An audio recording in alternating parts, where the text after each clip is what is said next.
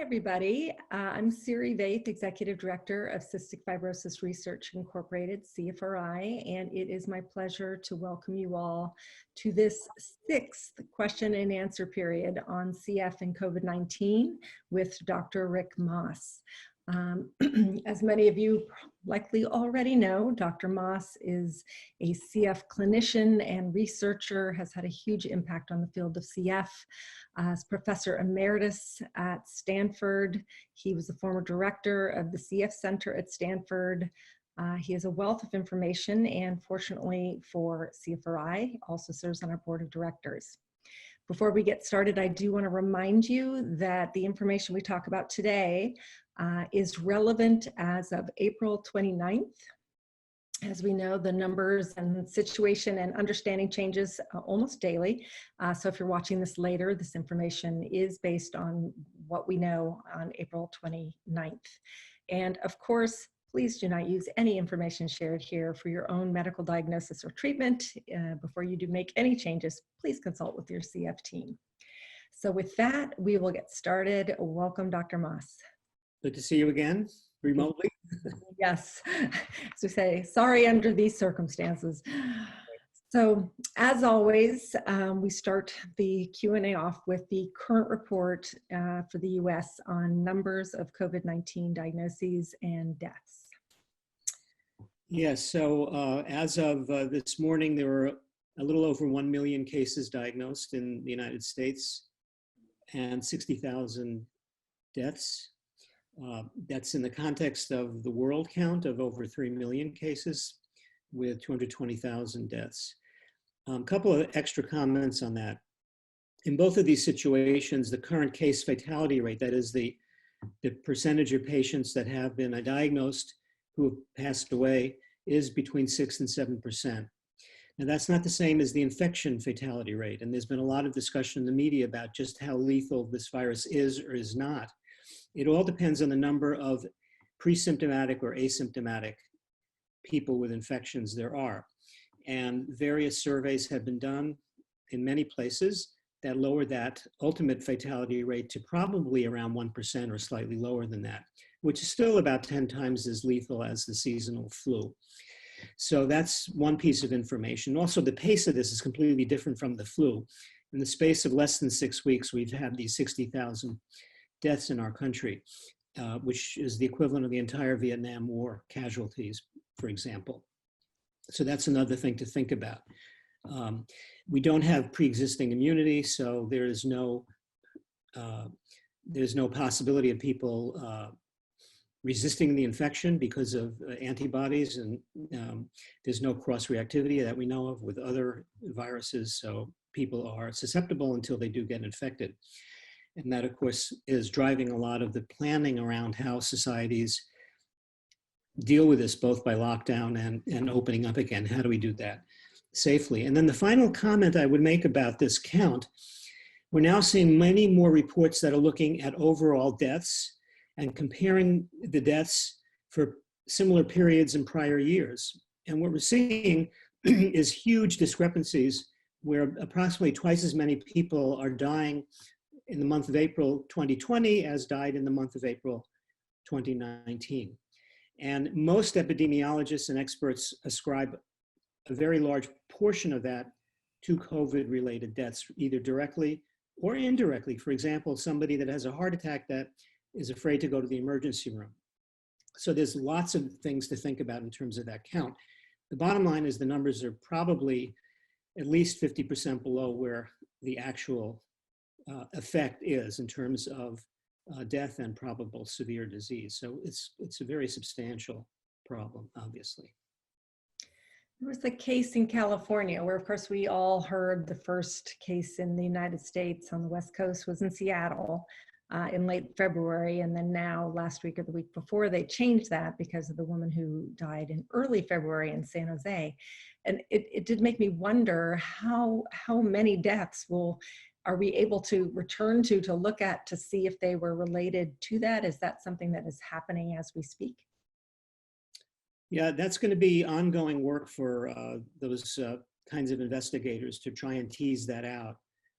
But certainly the most recent study I saw from Italy also buttressed the fact that the excess deaths are very substantial over the actual reported COVID-related or diagnosed deaths. So it's an even bigger problem than we realized initially. So all the measures that are being taken are entirely appropriate. Are there any areas worldwide that are now experiencing a second wave of COVID-19 infections? Are there areas that have returned to daily life and succeeded with no recurrence of COVID-19 that you know of? I don't think there's anywhere in the world where things have gone back to where they were before December, for example. There are a number of places around the world where restrictions have been loosened in various ways, and there's no one way to characterize it. But in all of those cases, they have seen resurgences of cases. Specifically, this has occurred in China, where new cases, at least the way the government is reporting it, have been reported from people coming into China, even though they claim they've gotten it under control, within China.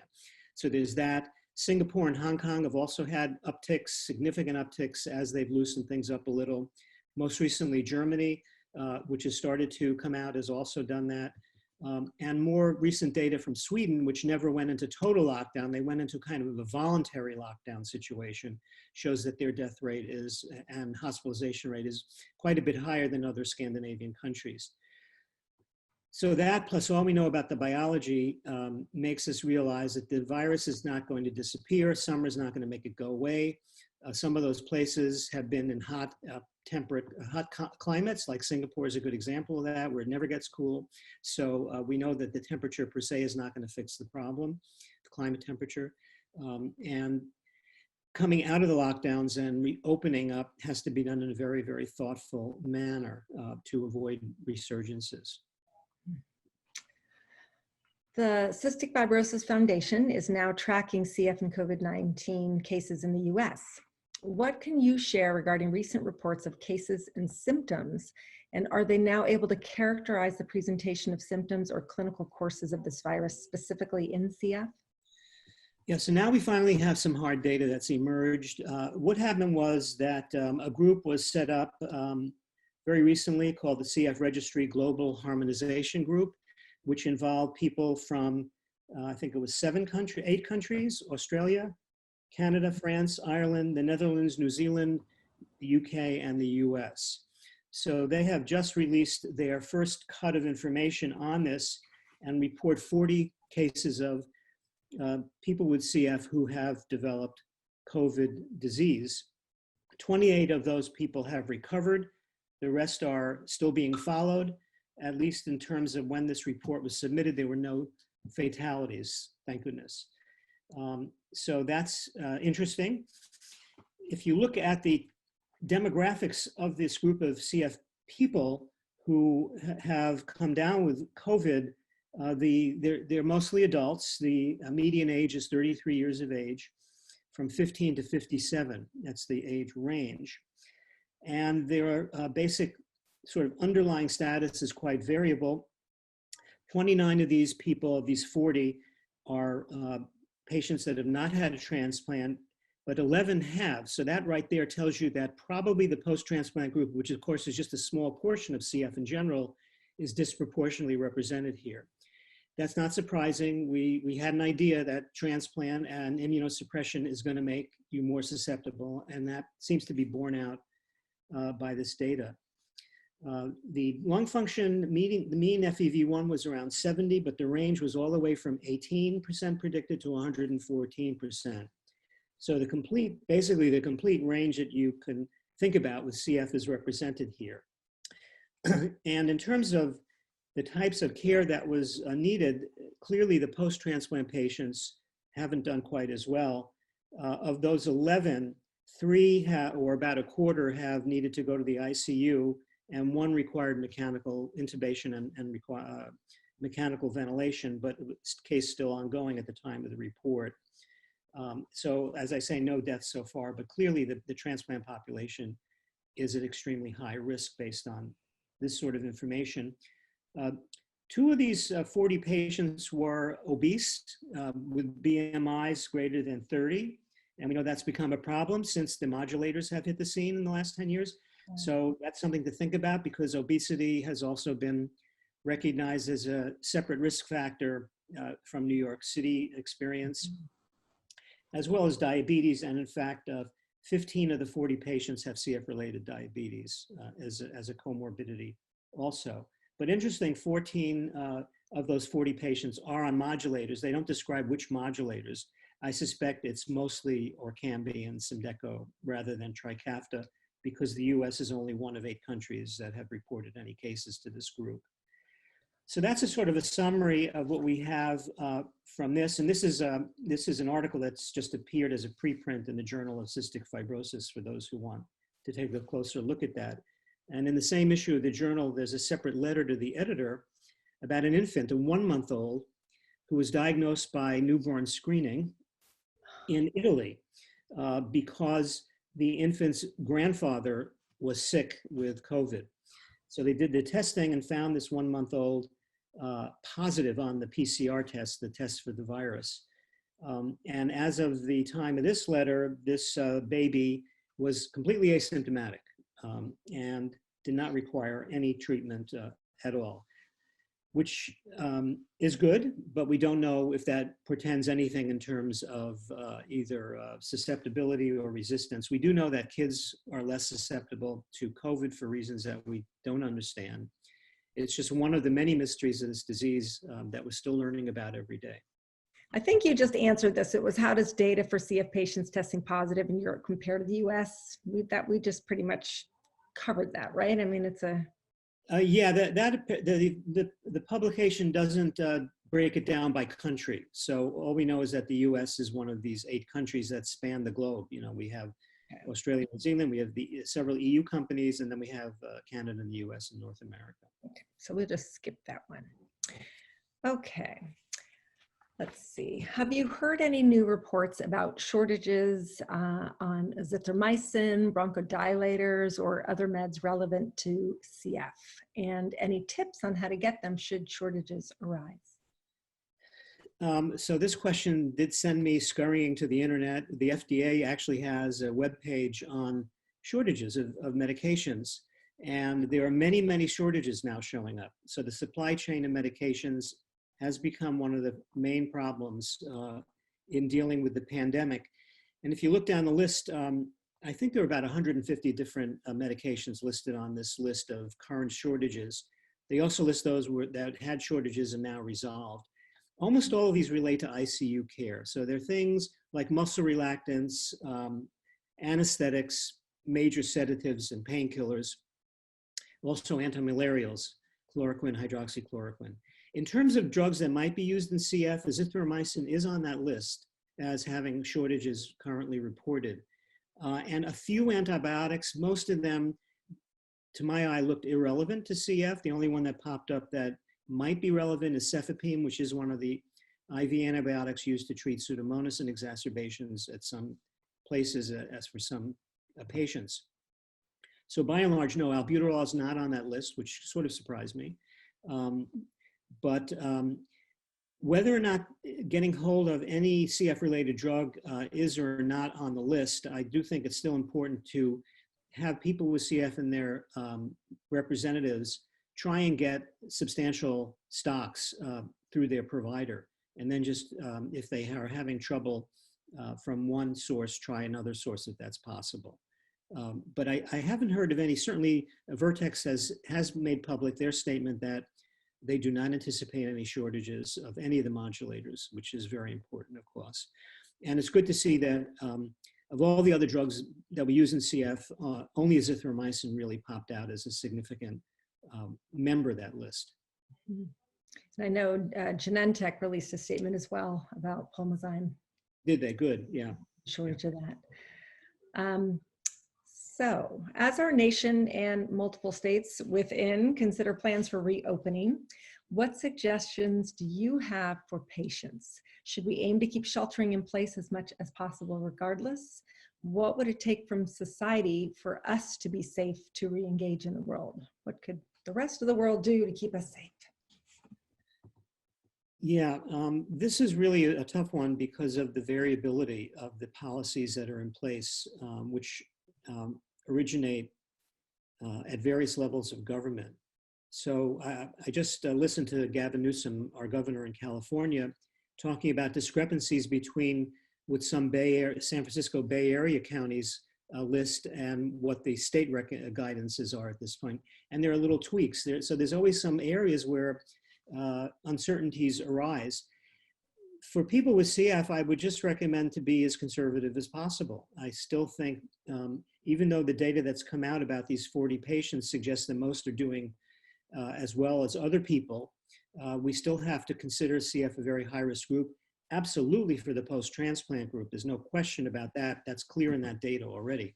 But as for just a CF per se, we have to make an assumption that people are vulnerable, and all the things that people are doing should continue.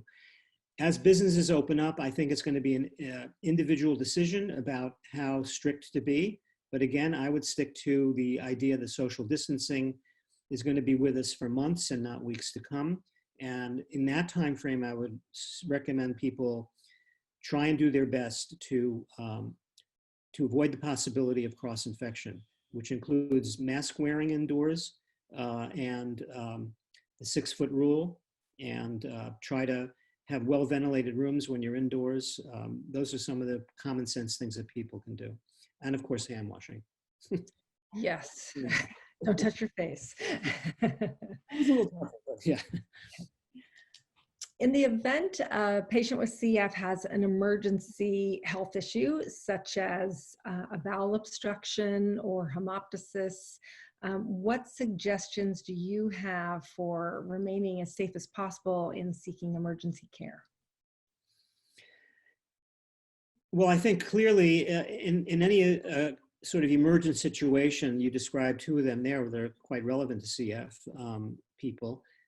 Contacting the provider, the center, is very important. And in almost all cases, I'm sure that that person would be seen probably either in an urgent care setting, a clinic setting, or an emergency room. It all depends on the institution, but the important point is to not shy away from seeking care, because the danger in that situation is probably much greater than any danger of getting COVID. Remember that virtually all institutions now have gone to extraordinary lengths to protect patients as well as their workers in terms of exposure.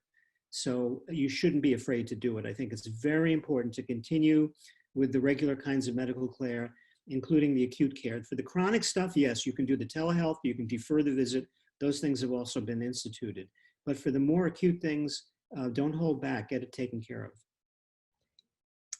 So in terms of regular visits, clinic visits that are now done via telehealth, what should a person with CF do regarding sputum cultures? Do you know, are clinics having ways to facilitate that? Because that's such a key screening measure at the visits.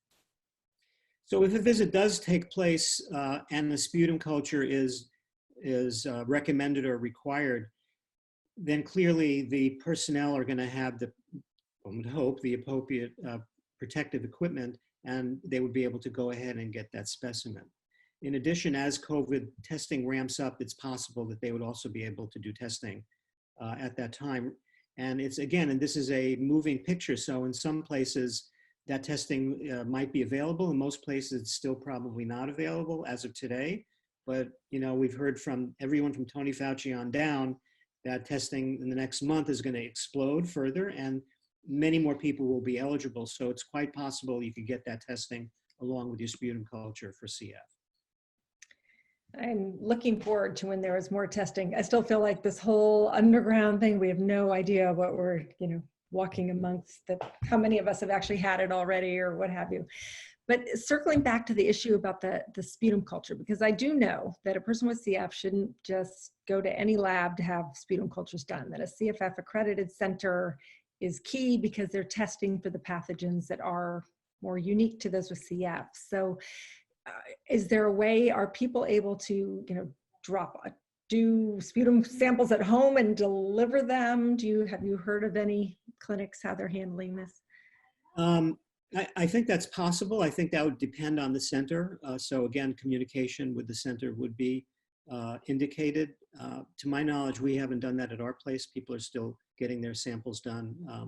There is some concern, you know, about freshness of the culture to make sure that it's accurate, as well as the handling, as you mentioned. The lab really has to be conversant with CF infection isolation procedures to get accurate results. Just out of curiosity, this wasn't on the list, but how long does a sample, you know, is it viable once it's been spit into a cup? Well, some bacteria, the problem is that some bacteria will overgrow other bacteria if they sit there. So a faster growing bacteria is going to overtake a slower growing bacterium. And this is often a problem with, for example, getting a fungal culture. If you let it sit, then the bacteria will can overgrow the fungus and reduce the sensitivity for detecting a fungal infection, for example. Wow, that is fascinating. Thank you. I'll get back to the list from others. Good question, actually, yeah. Let's see. Okay, can you give us an update? It looked like the CDC just increased the number of symptoms that should be used for screening purposes. Can you give us an update on that? Yeah, this is a major change. So in most cases, you're screened before you get a COVID test, right? Before you get a swab. And the screenings traditionally from the beginning were based on the three big ones of fever, cough, and shortness of breath. They've now added 6 new symptoms, which may be considered in triggering a test. And those would be chills, rigors, which are kind of shaking chills, and muscle pain. So some things related to body muscles and shaking, and that may or may not be associated with a fever spike. The other ones are headaches, sore throat, and loss of smell or taste. So those we now have 9 symptoms that sort of provide a constellation. And that list may well grow in the future as we continue to learn more about this disease. Well, it's interesting. My thought when I read that, and you know, obviously in the articles, people have been mentioning the lack of sense of smell and taste and things like that. But I thought, you know, for the screening, and you know, they're taking everybody's temperature before they walk into work, etc. But all those other symptoms are so common. If you have allergies, you might have headaches and a sore throat. I mean, it's so hard to differentiate whether. I think it's given such a state of anxiety to everyone because so many of those symptoms are what people cope with regularly anyway. I agree. And this, again, relates back to the testing issue. So the more testing available, the fewer of those symptoms might trigger a test. And conversely, the less available it is, the more of those symptoms might get you into a visit or a test situation. Let's see. Is there any further news or input you can provide on the advancement toward a vaccine, specifically the few that seem more promising, like the study out of Oxford University that had already developed a protein subunit for a SARS vaccine that may cross-react with COVID-19? Yeah, the vaccine area is just, you know, to anyone with any interest in science, it's fascinating. And there are over 80 vaccines that are in development. And surprisingly, as of today, 6 of them have already entered human trials, 6 different vaccines.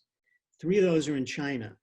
So they have their own pathway to this idea of finding something that can prevent us from getting the disease. But 3 of them are here in the United States. Well, 2 are in the United States and one is in England. You alluded to the Oxford one, which uses another virus that is stripped of its ability to replicate itself, and then certain pieces of DNA from the SARS-CoV-2 have been put into that, and then induce immunity when injected. So they've started that. There's a collaboration between a group in Germany and Pfizer to do a RNA-based vaccine, which is similar to the one that the National Institute of Allergy and Infectious Disease is doing with a company called Moderna here in the States. And then there are the Chinese approaches, and there'll probably be many more ramping up. So it's going to be interesting to see how that develops. And there are a lot of issues involved, everything from safety to how you develop a vaccine in the middle of a pandemic, how much animal testing do you do, how extensive is the safety testing, and so on. And people are even talking about the possibility of enlisting people to volunteer to be infected as a challenge after receiving the vaccine. That hasn't happened yet in the world of vaccines, but it's a possibility based on the urgency involved here. So it's tremendous.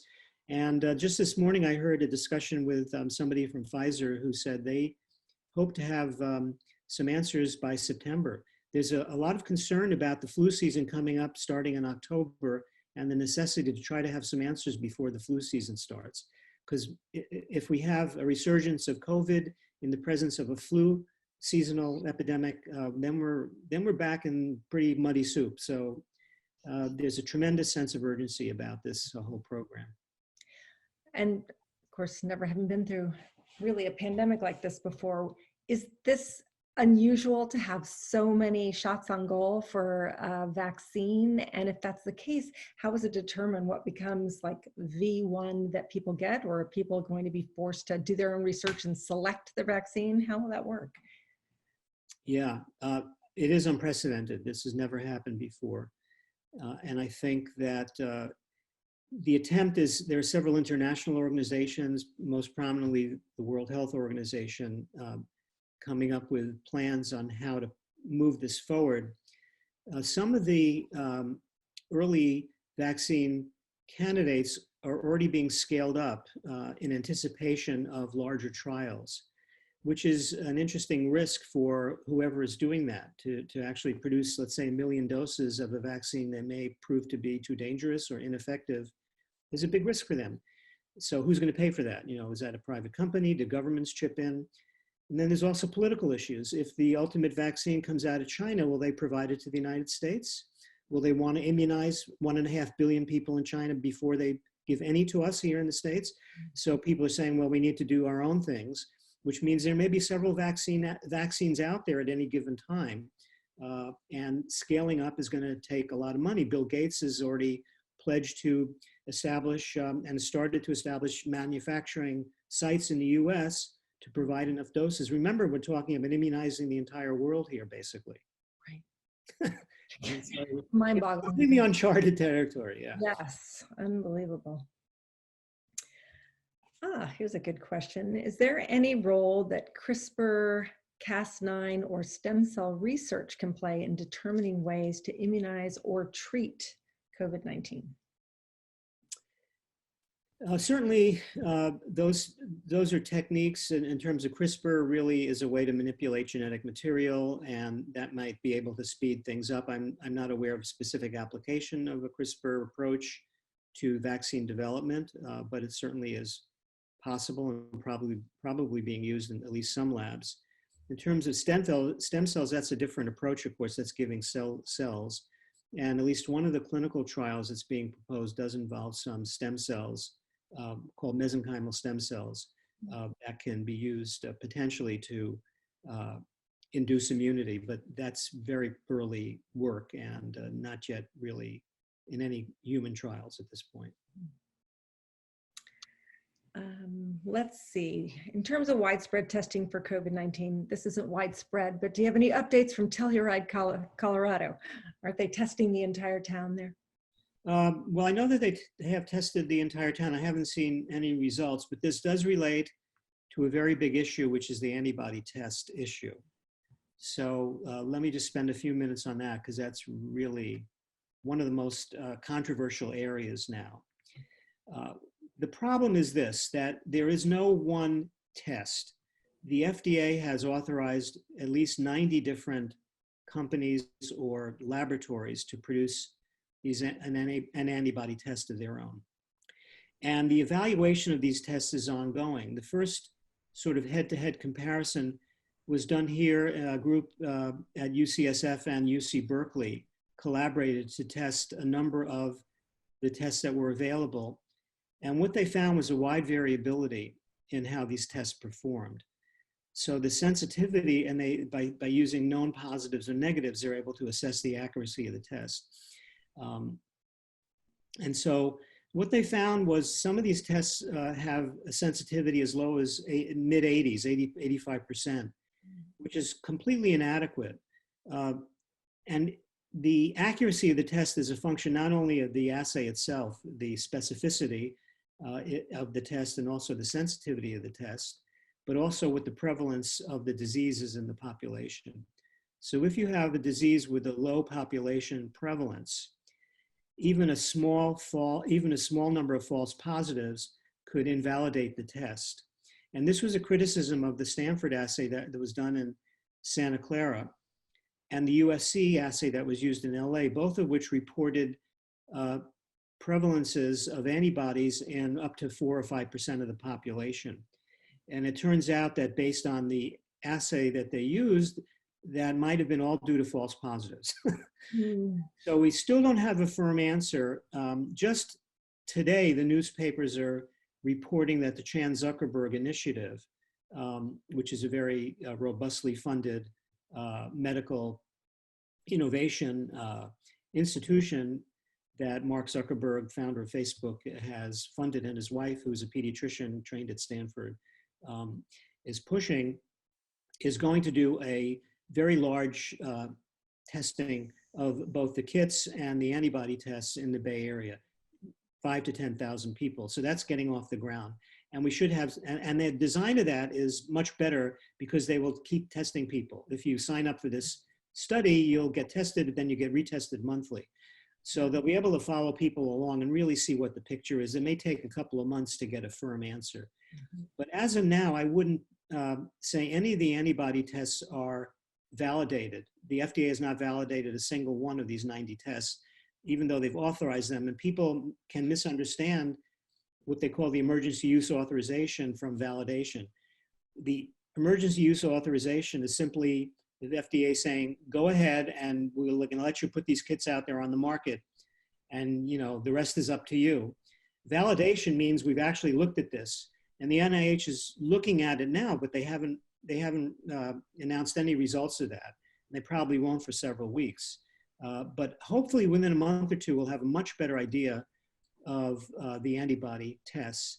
There are at least 3 different ways to do the antibody tests, and one method called ELISA appears to be better than the most popular method, which is called a lateral flow assay. This is the home test where you look at a little strip. You may have seen pictures of that.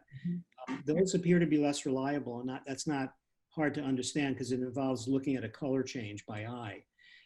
So there's a lot of nuances about antibody testing, and the Telluride test, as well as the Stanford and USC tests, were all done with kits that have not been validated.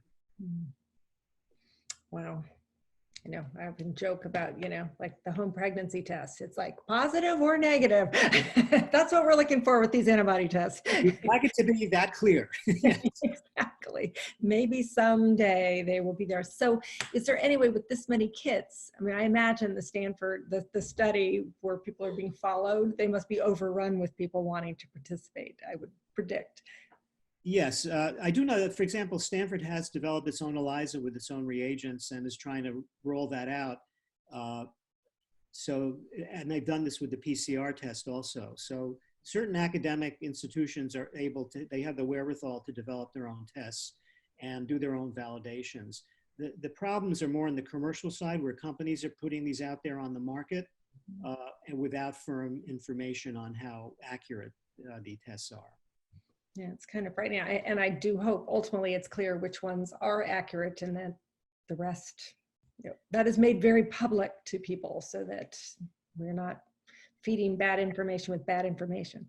I do think this will sort itself out over the next probably 4 to 8 weeks. We'll have pretty good answers on this.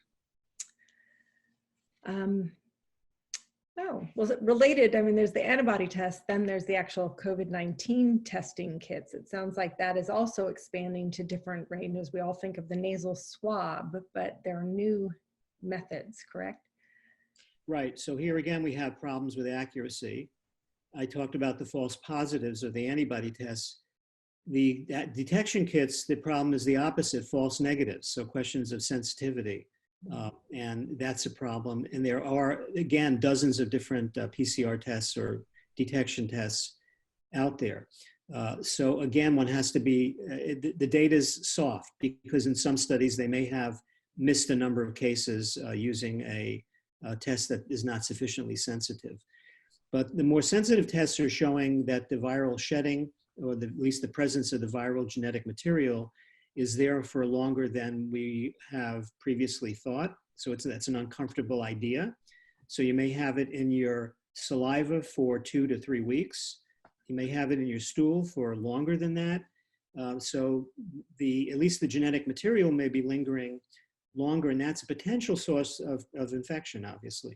We don't know how viable that genetic material is, so the test can't distinguish that. They just tell you that RNA, that genetic material is there.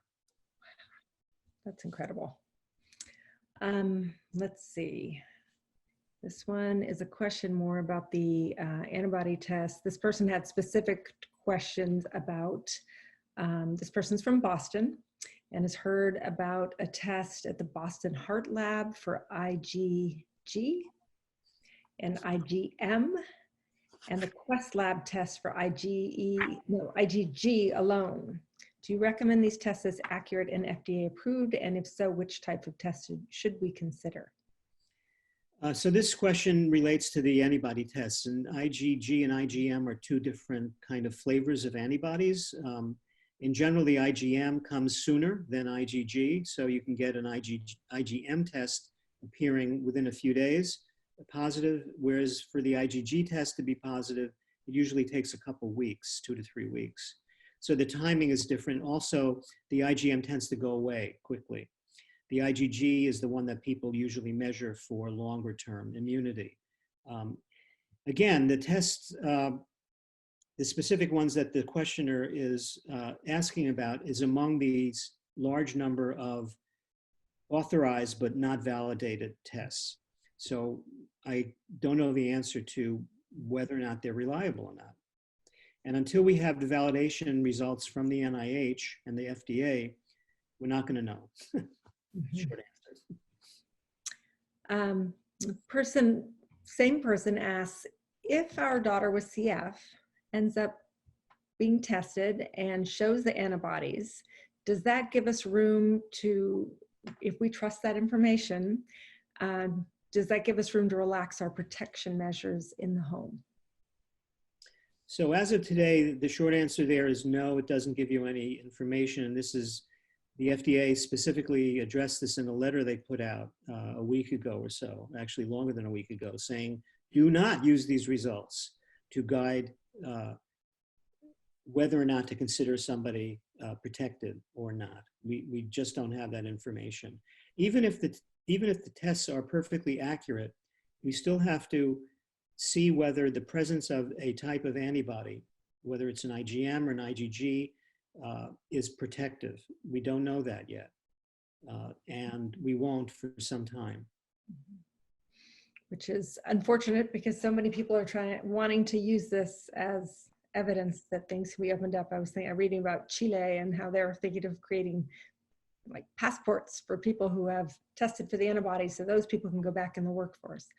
Yes, there's a presumption that detection of the antibody means that you have been infected. Again, if that depends on the accuracy of the test, but also the biology of it. There are antibodies that can be irrelevant to protection. And most people think that the critical type of antibody is something called a neutralizing antibody. What is neutralizing is the ability of the virus to get into a cell, and that's usually done in the laboratory to test that. So yes, if there's neutralizing antibodies, I think there's a pretty good likelihood that that is going to be indicative of protection. But those neutralizing antibody tests are not easy to do. We're liable to be relying on other kinds of antibody tests in the general population. And people will need to look at that and see how well that performs. Fascinating. What is the situation on rationing scarce medical equipment in the US, including gloves, masks, et cetera, for healthcare workers and life-saving equipment for those hospitalized with COVID-19? Well, again, this is an area where there's going to be variability depending on where you're living and whether or not the area is a hotspot. So if there is a hotspot, which means that the virus is proliferating and growing exponentially in the population, then there's going to be problems with supply. And many people are trying to address this on the open market. The government has said, the federal government has said, it's your responsibility, whether you're a state or a municipality, to go out and get that equipment. So we have people scrambling all over the country in various places trying to get that from China, from various other places. The larger strategic issue is, do we want to rely on China as the supplier of all this, as well as our antibiotics and a lot of other things? And so it's shading from a short-term, let's get this equipment issue to a larger political issue of, how much of this do we want to be beholden to other potentially, adversary nations to supply us. So at this point, I don't think there's one answer.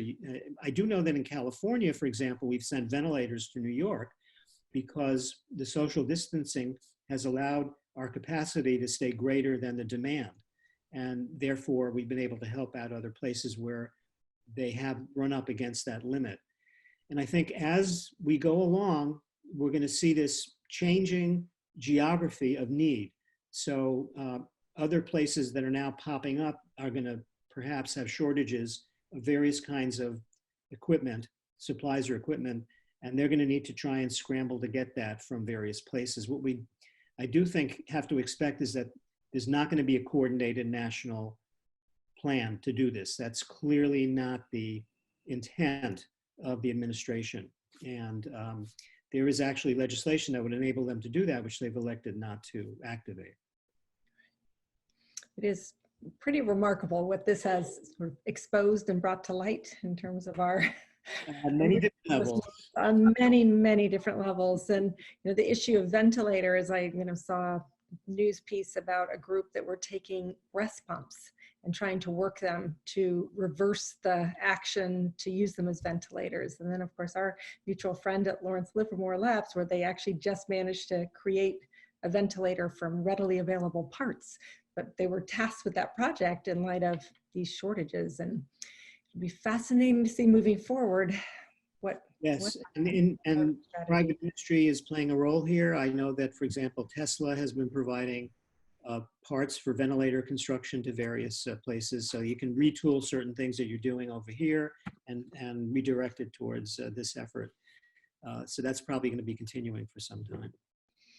If you had ever said last December, in a few months, Tesla, we're making ventilators. desperate for ventilators, and Tesla is going to be providing parts. I mean, it just shows how the world has just completely shifted on its axis since this all began. And, in terms of the rationing, I'll just throw in about states and their emergency plans for medical rationing. That the list is getting shorter and shorter in terms of emergency plans that do specifically mention CF and or low FEV1 to deprioritize a person for hospitalization or use of a ventilator. But it's literally going through state by state to have them look at their plans. And the hope is obviously that we don't reach that point anywhere, but it is important that they are in place, because this has shown us that bad things can happen, they do happen, and we need to have a little more foresight about them. Yeah, I do think that the medical community has very rapidly gotten on board with some recent guidelines that really individualize those decisions, as difficult as they might be. And there have only been a few instances where there truly has been that kind of crisis. And, northern Italy for sure, probably some areas in Spain and Madrid, and some areas in the New York metro, like Elmhurst Hospital. But otherwise, we've done okay so far. So, but again, as things open up, if there are new waves, then we could be in the same situation again later in the summer. Yeah. Right. Let's see.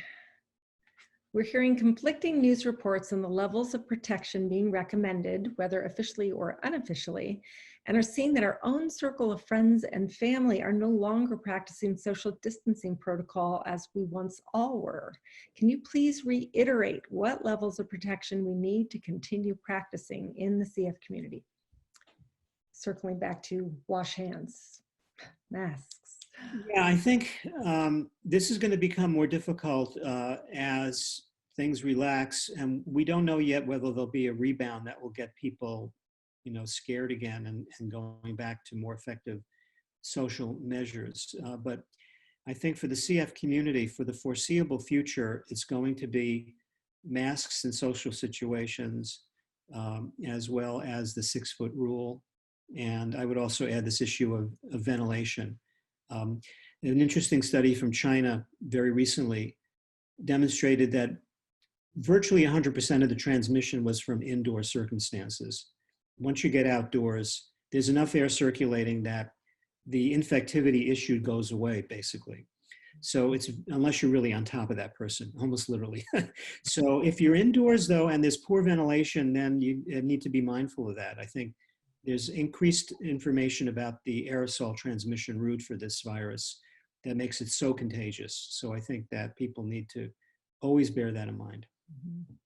And I think moving forward, what I have heard from a lot of people, I think adults understand, adults with CF. I think what's hard is for the children, and it'll be so fascinating to see later on sort of the mental health implications of this upon obviously everyone in society, but in particular children. And I think for kids with CF, as this society is starting to loosen the restrictions, I think that's going to be the big challenge for parents of children with CF to keep their kids safe. And Siri, you bring up a really important point, which is school, right? So as schools think about reopening, and some will be doing that as early as July, I understand, what are the circumstances going to be in a particular school? Are they going to use, are they going to cut class size? Are they going to make sure the ventilation is good? Are they going to ask the kids to wear masks in class? All these are very practical questions. And if you're in a group that's vulnerable, which I think CF is, then you have to think about what the particular measures are going to be in that school before you sign on to letting your kid get back into school, as much as you might want to get back to work or get on with other things. So this is going to be a very complex issue that comes up, and it's a national issue because it's not just CF, it's really all kids. We know that kids can carry the virus and have no symptoms, and that's really a critical piece of this equation. And which raises the question, you hear about healthcare workers, that they have such a heavy viral load, right? They're exposed to so much active virus all day long. So for kids, if they're asymptomatic, is this something we're hoping to understand soon? Can they develop symptoms simply by virtue of being around other kids who are asymptomatic? And I'm just thinking in the future, we can, maybe this won't be included in the recording, but I am curious. If you have kids together, they're asymptomatic, but they are actively infectious. Well, they might be, and yeah, it's a good point. I don't think, and most of this information has come from China, and most of these studies have involved older people in terms of the asymptomatic or pre-symptomatic. The other important study was done in a nursing home, which showed that many of the residents had asymptomatic infection and clearly were able to pass that along. So the prevalence of asymptomatic infection is high, even in older people, and they can transmit it. So that's one reason why this whole debate about reopening goes raging back and forth between people that argue that it's damaging to health to have so many people out of work. Food insecurity is part of that. Lacking doctor visits for immunizations is part of that. I mean, you think about all the ways we can suffer, mental health issues involved, all these things contribute. That's one side of the equation. On the other side, the fact that we know that the virus is contagious and can be transmitted by people that aren't sick. So how do you balance those things in a plan to reopen? You get back to testing. So you've got to resolve all the testing issues, accuracy, supply. And also, cost, all those things factor into that. If you can put the testing in place, then you can get a handle on these other issues. So it's all wrapped up in the one big nasty mess. So circling then back to outdoors, somebody asked, can or should someone with CF join a friend outside for a conversation over a large distance? Where do we draw boundaries at this point with respect to extreme isolation and the mental health issues that have become harder over these past 7 weeks? So, yeah, people I would say that you can do that as long as you observe, at least 6 feet apart. Make sure you're outside where the air is circulating freely, and you make sure that you don't, share any surfaces, so the hand washing comes in. So all those things are important. Wearing masks will make it even less of a risk. So if both people are masked, then there's well under 1% risk even indoors. So outdoors is probably negligible. I think that is the end of the submitted questions. So as always, I'll ask if there are any other things we didn't get to that you wish to share. Just one little tidbit, which I found very interesting. There was a study you'll like this one, in England. They studied twins. Because one of the issues that we still haven't any handle on is why so variable? Why does Joe Smith catch the virus and stay perfectly healthy, and Joe Smith's sister, Jean Smith, goes into the ICU? And they could be twins, right?